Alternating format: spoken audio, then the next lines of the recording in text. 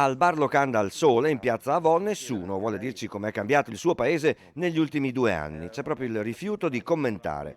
Anche fuori dal locale in molti danno l'impressione di non voler più vedere telecamere in giro per Vo.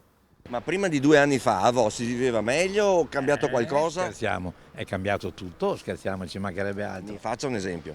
Ad esempio, prima c'era la tranquillità e invece adesso con con tutto quello che è successo, quella famosa sera, Però adesso non è più così. no, adesso siamo più tranquilli, siamo più ragionevoli, si parla, però c'è sempre la tesi, occhio di qua, occhio di là, di stare attenti, di riguardarci perché è facile prendere questo Covid e che se prendi questo Covid porta sempre delle cose che non vanno bene. Noi che ci ha salvato anche è stato Grisanti, veramente, è stata una persona validissima che ci ha dato delle indicazioni assieme al nostro qua sindaco. Le persone sono un po' cambiate perché non li conosci più, mascherina, questo, quell'altro.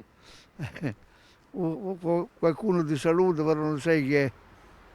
E allora uno è rimasto un po' così, ecco, un po' scossi così, però tutto sommato la vita continua.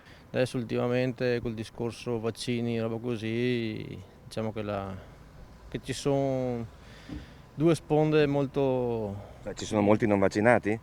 Dicono di sì, dicono che sia uno dei comuni meno vaccinati del Padovano. L'importante è che la salute sia buona. Sì, la salute, noi, la mia famiglia sinceramente neanche un positivo fino ad ora, quindi In 2 anni. in 2 anni. Quindi.